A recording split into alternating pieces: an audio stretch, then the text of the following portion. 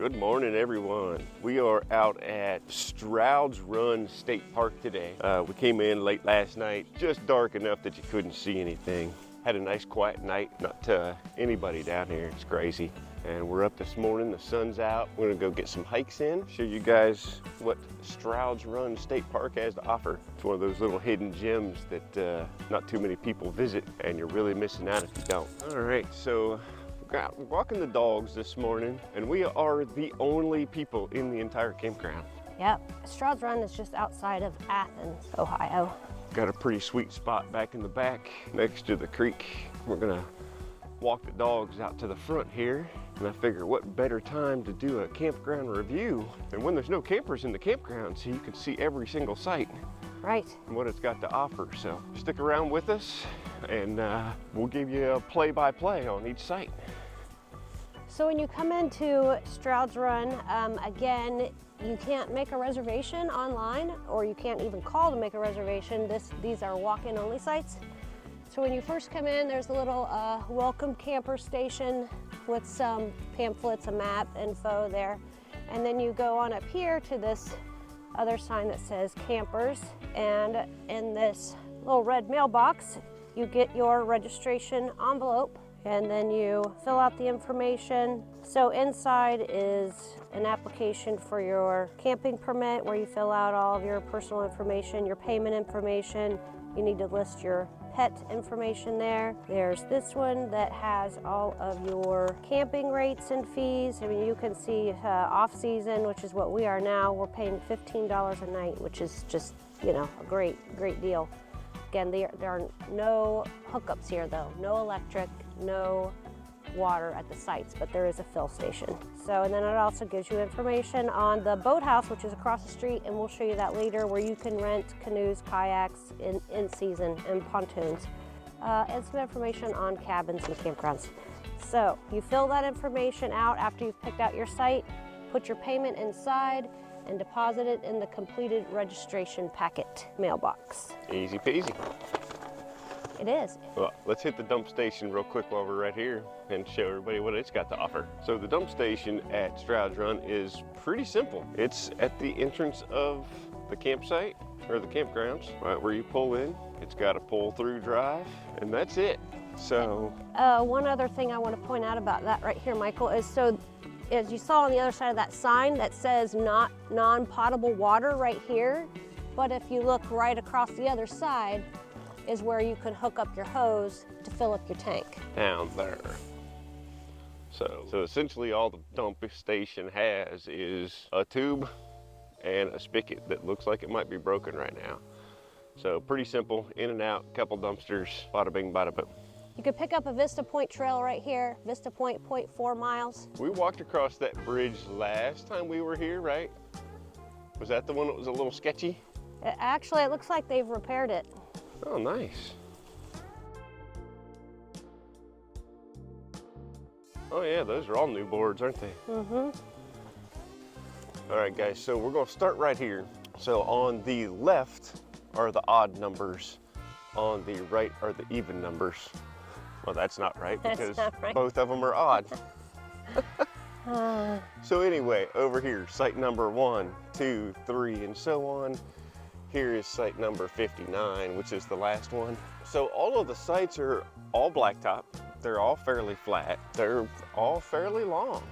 So there's not really a bad spot in here. So again, there's not really a lot of distance between the sites. There's not a lot of privacy between the sites. But honestly, the busiest we've ever seen it down here is maybe 10, 12 sites taken at any given weekend. Ever. But it's a nice little campground. So on the back side of site 46, there's also a water fill station back here behind the bathroom. So if you're ever close to site 46, you can probably pick up water back here as well.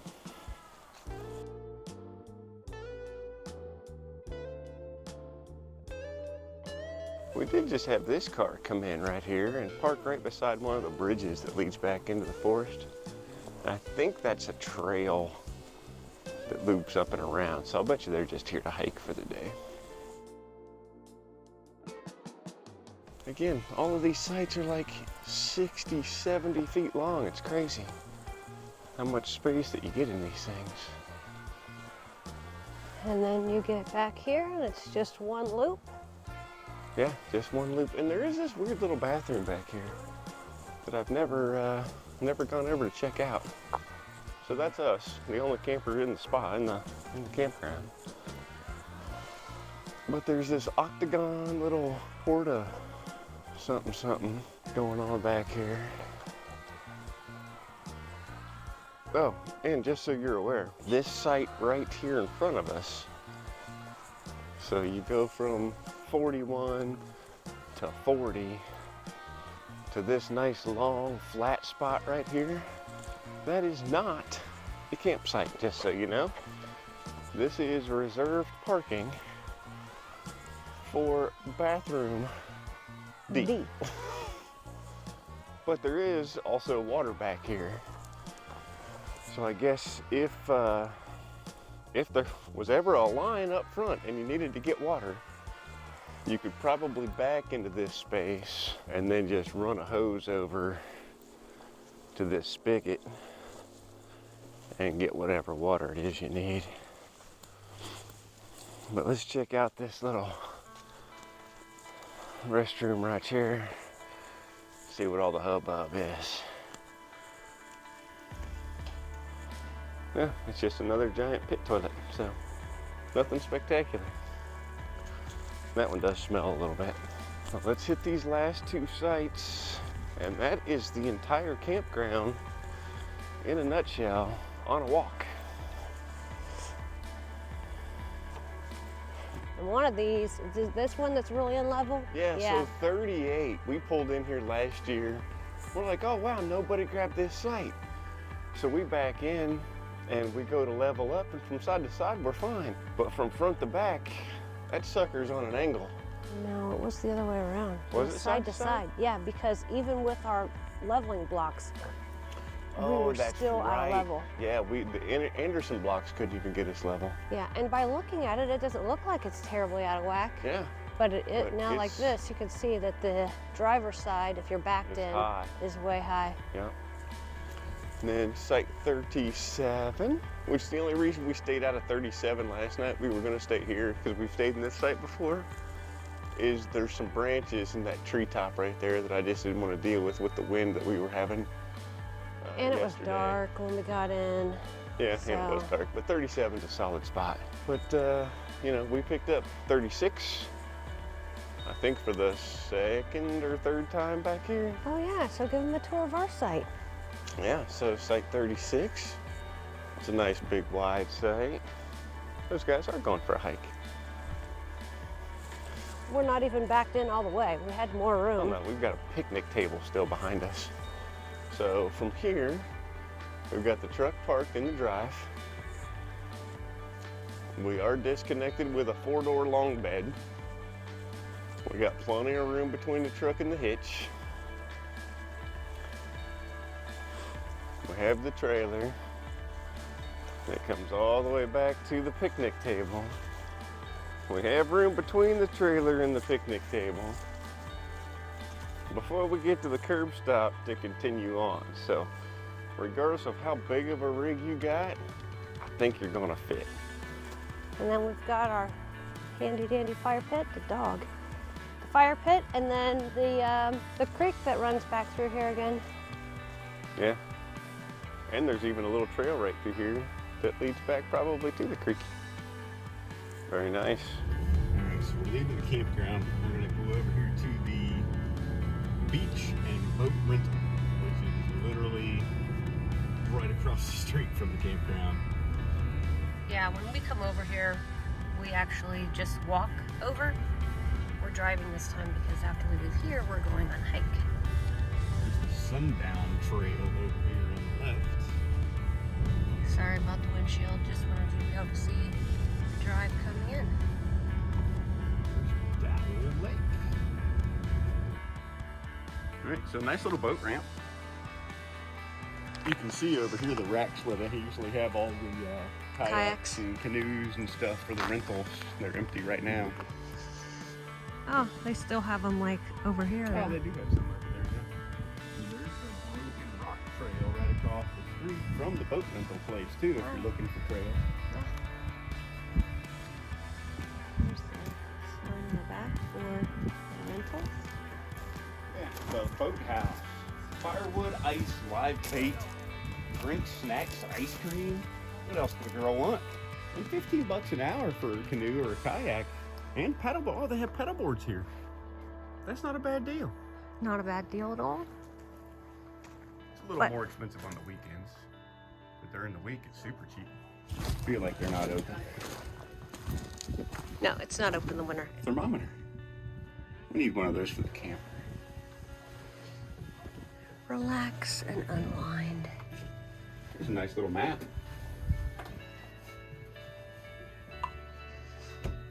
Oh, I got a terrible glare. Unofficially closed for the season as of 10/11 of 22. So you can still rent boats even in the off season. You just have to call or text this phone number and they will try to accommodate you. So it's probably Shelley, the same lady that came over, that can come over and say, yeah, we'll hook you up. So that's cool. That is funny. Unofficially closed.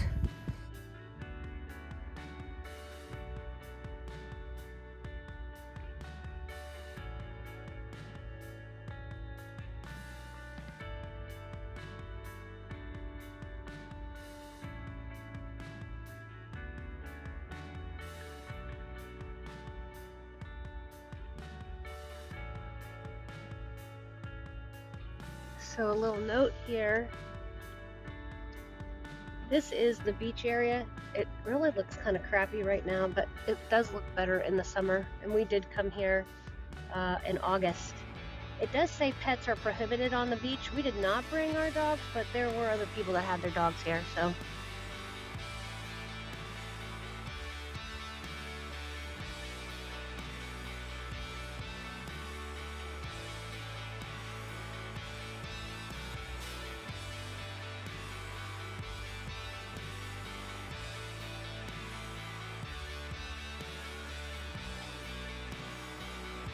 All right, so once you get down past the boat rental area, there is RV parking over here, boat trailers, RVs, you know, so you can come down here with your RV if you're heading in or out and go fish, or hang out in the picnic area down here. But there's space for about 8 or 10 good-sized vehicles. Oh, okay, see all those? Just realized these are all Christmas trees. So, little fun fact, you know what they do with those Christmas trees? No. They are going to throw those Christmas trees into the lake and they'll sink. And the fish use those as habitats once the limbs and everything get down underneath the water. Oh, interesting. Mm-hmm. How did you know this? I'm smart. You always know weird things.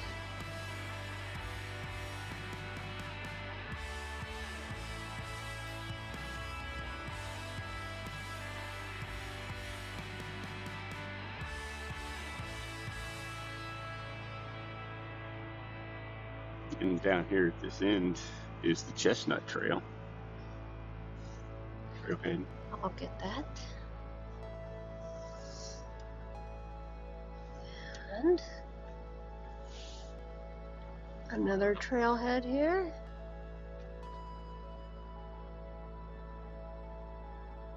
Okay. All right. We'll start a little fire. Have a little daytime fire. Now, I don't know about you guys, but I am a firm believer in smarter, not harder. So can I start a fire with a match and a stick and, you know, whatever? Sure, if I have to. But fire starters are way easier. You're not Boy Scout? I'm not a Boy You're Scout. not gonna rub two sticks together and magic happens? No. But I do like to use what one of my friends Gus used to call Girl Scout juice. So And Gus, if you're watching, you know who I'm talking about. This is Girl Scout juice, or so he says. So we just carry a little propane torch with us. We'll fire this old starter up here.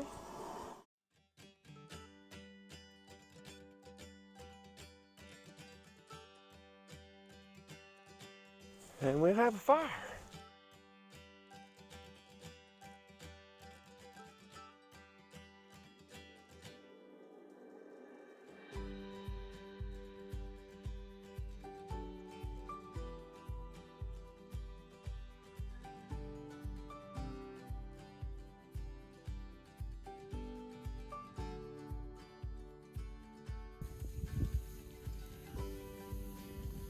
Just sitting here in my camp chair with a fire.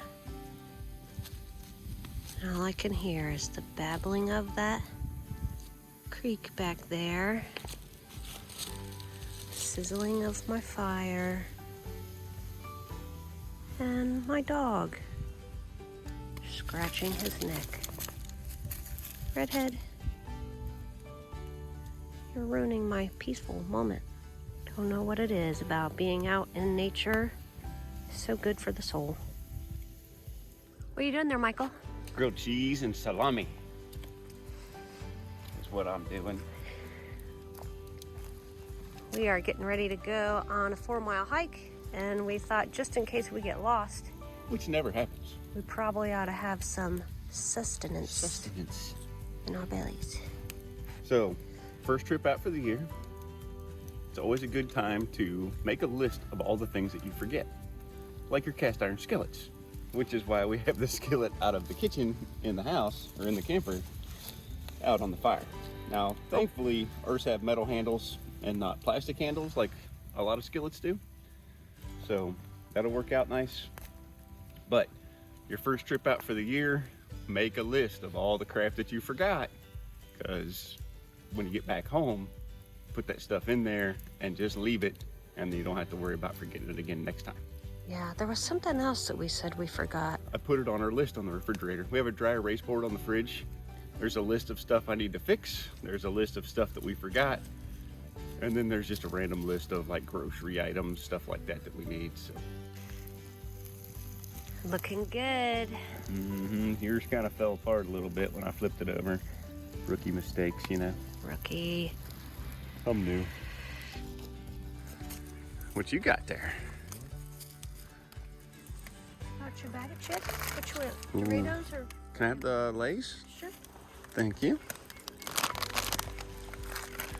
Cut into this sandwich. Those knives are super sharp. Don't cut all the way through the plate. I know. It was so funny because when I was making the sandwich, I love these knives more than I do the knives in my house. Right. Which is so weird. So I was like, oh, I get to use my good knives. And we got these at IKEA. Yeah. They were not expensive. Try out the sandwich. How is it?